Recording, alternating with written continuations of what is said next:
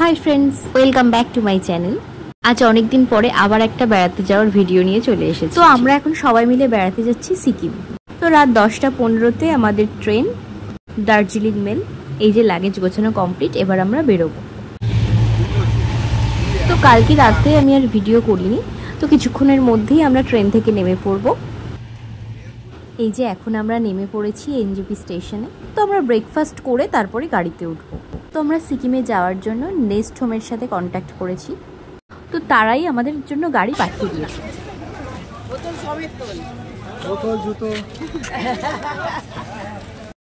তো এই যে আমরা এখন গাড়িতে উঠে পড়েছি। তো আমরা এখন যাচ্ছি গ্যাংটক। তো আজকে আমরা গিয়ে গ্যাংটকে থাকবো এবং কাল সকাল সকাল বেরিয়ে যাব কিন্তু নর্থ সিকিম। তবে আমরা খুব ভালো সময় এসেছি, কারণ কাল থেকেই কিন্তু আবার এই NH10 রোডে কিন্তু কাজ হবে। তো সেই জন্য কিন্তু রাস্তা বন্ধ থাকবে, আর যেদিন ফিরবো সেই দিন একটু রাস্তাটা খোলা আছে, আবার তারপর থেকে কিন্তু আবার কাজ হবে। তো যাই হোক, আমরা এখানে যাওয়ার পথেই টুকটাক জ্যাম পেয়েছি, খুব বেশিও জ্যাম পাইনি। তবে রাস্তার অনেক জায়গাতেই দেখলাম বেশ ধসে গেছে, মানে এখন এই রাস্তাগুলো না সারালে কিন্তু পরে খুব অসুবিধা। তো আমরা গ্যাংটকে চলে এসেছি। এই যে এমজি মার্গের সামনেই যে প্যান্টালুন্স আছে, এই প্যান্টালুন্সের এই যে সামনে দিয়ে যে সিঁড়ি চলে যাচ্ছে, এখান দিয়েই আমরা একটা হোটেলে ছিলাম যার নাম হচ্ছে সুভাষ রিজেন্সি। তো রুমে ঢুকেই প্রথমে আমার ভিডিও করা হয়নি, তো যখন ভিডিও করেছি রুমটা অনেকটাই ঘেঁটে আছে। তো যাই হোক, রুমটা কিন্তু এমনিতে সুন্দর। হ্যাঁ, বলবো না যে খুব বিশাল হাইফাই, কিন্তু মানে ঠিকঠাক, এমনি পরিষ্কার পরিচ্ছন্ন। তো এই যে দুপুরবেলা আমাদের দিয়ে দেওয়া হয়েছে ভাত, তারপরে এটা একটা স্কোয়াশের তরকারি, ডাল আর মাছের ঝাল, আর সাথে ছিল পাঁপড় ভাজা। আর এখানের খাবারের টেস্টগুলো কিন্তু বেশ সুন্দর। তো বিকালবেলা আমরা এখন ঘুরতে বেরিয়ে পড়েছি এমজি মার্গ। আমাদের হোটেলের জাস্ট সামনেই এই এমজি মার্গ। তো এইটা সামনে হওয়ায় আমাদের খুবই সুবিধা হয়েছে। তো এইটা দেখাতে দেখাতে আপনাদের কয়েকটা বিষয় সম্পর্কে একটু জানিয়ে রাখি। যারা এখনও গ্যাংটক আসেননি তাদের জন্য এটা। এনজেপি থেকে গ্যাংটকে আসতে প্রায় 4.5-5 ঘন্টা সময় লাগে এবং দূরত্ব 114 কিলোমিটার। এখানে আপনারা শেয়ার গাড়ি করেও আসতে পারেন। শেয়ার গাড়িতে ভাড়া নেয় হচ্ছে 450 থেকে 500 টাকা। আর আপনারা যদি একটা গাড়ি রিজার্ভ করে আসেন তো সেক্ষেত্রে 4.5 থেকে 5,000 টাকা নেয়। তবে এটা সিজনের ওপর কিন্তু ভ্যারি করে। এখানে হোটেলের ক্ষেত্রেও তাই, বিভিন্ন রেঞ্জেরই কিন্তু হোটেল আছে। আমরা যে ধরনের হোটেলে থাকছি, এই কোয়ালিটির হোটেলে পার হেড পার ডে থাকা খাওয়া নিয়ে মোটামুটি 1,000-1,200 টাকা করে পড়ে। এবার ওটা সিজন অনুযায়ী কিন্তু ভ্যারি করে। তো এখন এখানে এই কুজু ফেস্টিভ্যাল হচ্ছে এই ম্যাল রোডে। তো আমি জানি না ফোনে তখন কি প্রবলেম হচ্ছিল, তো যে কোনো কারণেই হোক তখন কোনো রকম সাউন্ড কিন্তু রেকর্ড হয়নি। পরে এটা আমি লক্ষ্য করলাম। তো এখানে বিভিন্ন ধরনের সিকিমের কিছু অথেন্টিক কিছু খাবার এখানে বিক্রি হচ্ছিল। তবে আমরা টেস্ট করে দেখেছিলাম, সত্যি বলতে কি আমরা যেগুলো খেয়েছিলাম আমার ভালো লাগেনি। আর এখানে এই ফেস্টিভ্যালটার জন্য কিন্তু ছোট করে একটা মেলাও বসেছিল, যেখানে বিভিন্ন ধরনের জিনিসপত্র বিক্রি হচ্ছিল। তার সাথে নাচ গানের অনুষ্ঠান তো আছেই।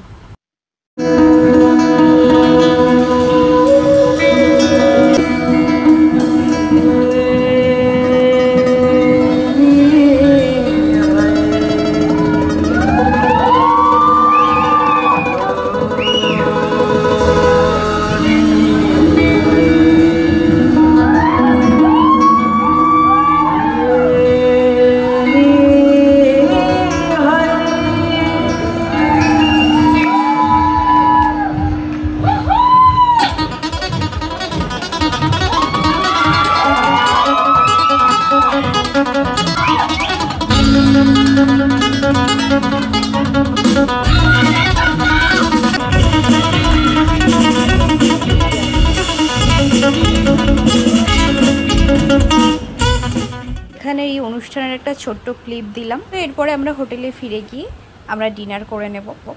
তো রাতে আমাদের খাবারে আছে হচ্ছে রুটি আর চিকেন কষা, এছাড়া ছিল ফুলকপি আলুর তরকারি। এছাড়া আমাদের ডালও দেওয়ার কথা ওনারা বলেছিলেন, কিন্তু আমরাই আর নিইনি। তো এটা হলো পরের দিন সকাল। তো আজকে আমরা বেরিয়ে যাব নর্থ সিকিমের উদ্দেশ্যে। তো সকালবেলা আমরা একটু বেরিয়ে পড়েছি, আর এখানকার রাস্তা কিন্তু খুব পরিষ্কার পরিচ্ছন্ন। তো আমরা এখন ব্রেকফাস্ট করে বেরিয়ে পড়েছি। গ্যাংটক থেকে নর্থ সিকিম যাওয়ার জন্য কিন্তু ভাজরা ট্যাক্সি স্ট্যান্ডে কিন্তু যেতে হবে, আর এখানে কিন্তু কোনো ছোট গাড়ি যাবে না। এখানে নর্থ সিকিমে কিন্তু সবসময় বড় গাড়িই যাবে, অর্থাৎ সুমো বা বুলেরো এই ধরনের কিছু গাড়ি যাবে। আপনারা চাইলে নর্থ সিকিম অন্য কোনো ফ্যামিলির সাথে শেয়ারেও যেতে পারেন, আর নিজেরা যদি গ্রুপে যান তাহলে একটা গাড়ি নিয়ে নিতে পারেন। আরেকটা জিনিস হলো, আপনাদের কিন্তু ম্যাক্সিমাম লাগেজই গ্যাংটকে রেখে যেতে হবে। খুব সামান্য লাগেজ নিয়ে কিন্তু লাচুং বা লাচেনে যাওয়া যায়। তো আমরা আজকে লাচুংয়েই যাব। লাচেনে যাওয়ার কথা প্রথমে ছিল, কিন্তু রাস্তা বন্ধ থাকায় আমরা লাচেনে যেতে পারবো না। আমরা লাচুং থেকেই কিন্তু সাইট সিন করে চলে আসব। আমরা গুরুদংবার আর যেতে পারবো না। তার বদলে আমরা যাব ইস্ট সিকিম। তো সবটা পরে দেখাবো। আর নর্থ সিকিমের গাড়ি ভাড়া খরচা মোটামুটি, যদি একদিন নর্থ সিকিমে থাকেন তো সেক্ষেত্রে সাইট সিন নিয়ে মোটামুটি 8,000 টাকার মতো খরচা হয়। এবার এটা সিজন অনুযায়ী ভ্যারি করে।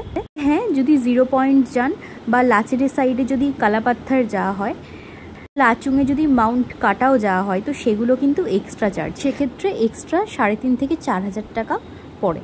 এই যে 8,000 টাকাটা বললাম, এটা কিন্তু গ্যাংটক টু গ্যাংটক। রাস্তায় যেতে যেতে এরকম অনেক ওয়াটারফলস পড়বে, তো আপনারা সেগুলো নেমে অবশ্যই দেখবেন। এটা সম্ভবত অমিতাভ বচ্চন ওয়াটারফলসটাই।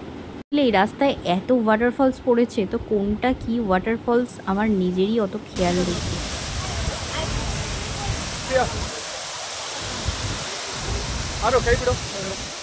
আর এইটা হচ্ছে বাটারফ্লাই ওয়াটারফলস। তো ভিডিও এডিটিংয়ের সময় এটা পরে চলে এসেছে, কিন্তু এইটা কিন্তু আমরা আগে দেখেছি, তারপরে কিন্তু ওই ওয়াটারফলসটা দেখেছি। আর ওই যে অমিতাভ বচ্চন ওয়াটারফলসটা অনেকটা বড়, কিন্তু এইটা মানে এই জায়গাটা আমার বেশি ভালো লেগেছে। এই যে নর্থ সিকিমের এই যে পুরো রাস্তাটা কিন্তু খুব সুন্দর। আর এইখানে যে ব্রিজটা আছে, এটা সম্ভবত সাংকলং ব্রিজ, এরকম কিছু একটা। গ্যাংটক থেকে আপনারা যদি নর্থ সিকিম প্ল্যান করেন, শুধুমাত্র যদি লাচুং যান, তো সেক্ষেত্রে যেটা বললাম যে 8,000 টাকা গাড়ি ভাড়া পড়বে।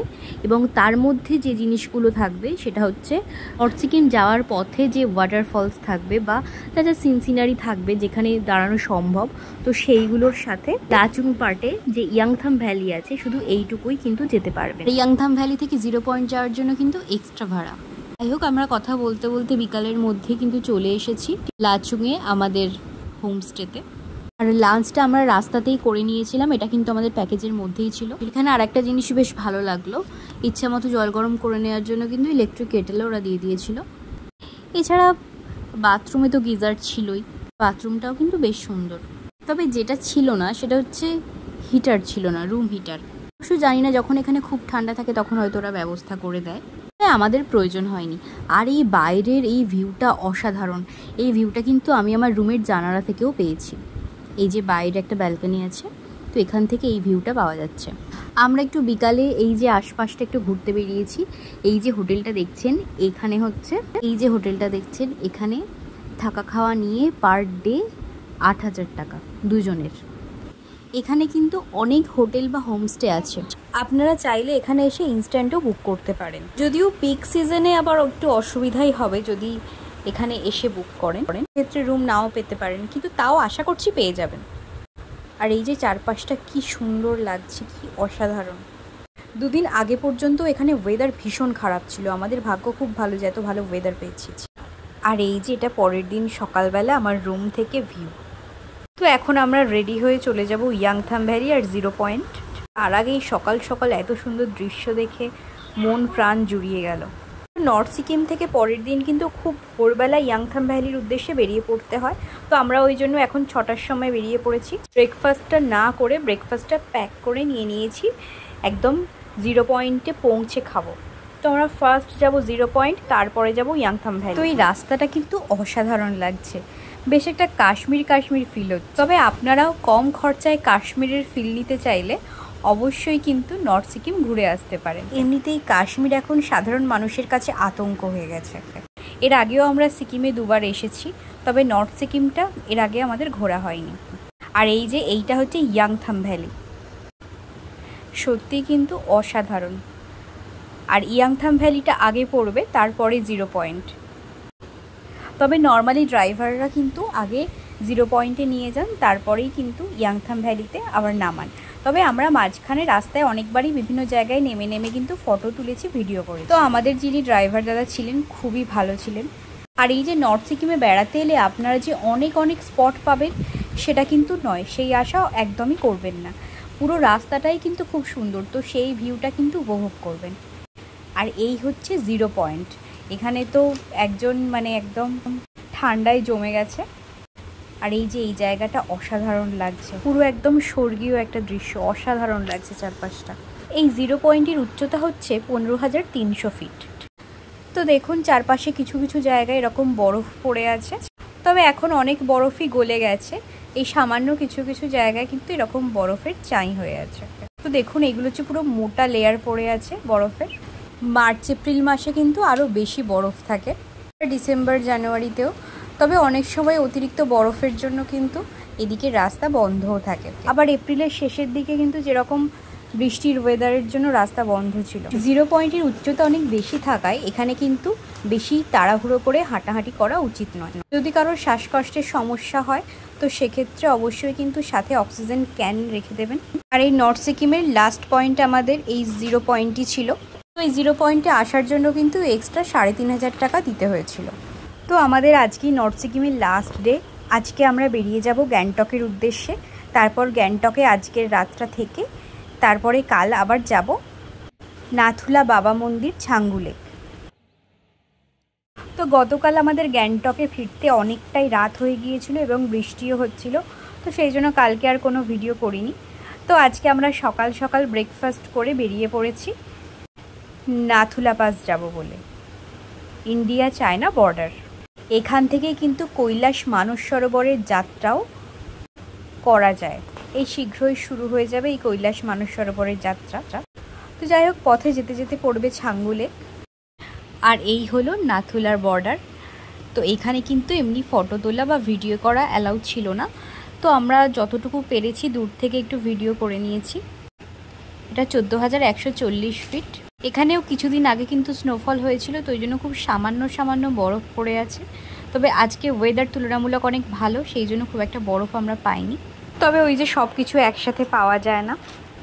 যদি এখন এখানে বৃষ্টি হতো তাহলে হয়তো কিছুটা বরফ পড়ার একটা চান্স থাকতো, কিন্তু তখন আবার এই বৃষ্টির ওয়েদারে বেশি ভালো লাগতো। ওই যে দূরে রাস্তাটা দেখছেন ওটাই কিন্তু মাউন্ট কৈলাস এবং মানস সরোবর যাওয়ার রাস্তা।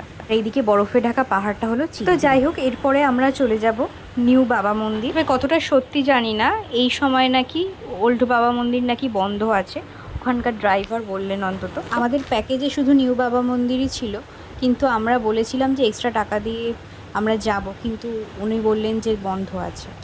কারণ আমরা যখন গিয়েছিলাম তখন যুদ্ধ চলছিল, যুদ্ধকালীন পরিস্থিতির জন্য।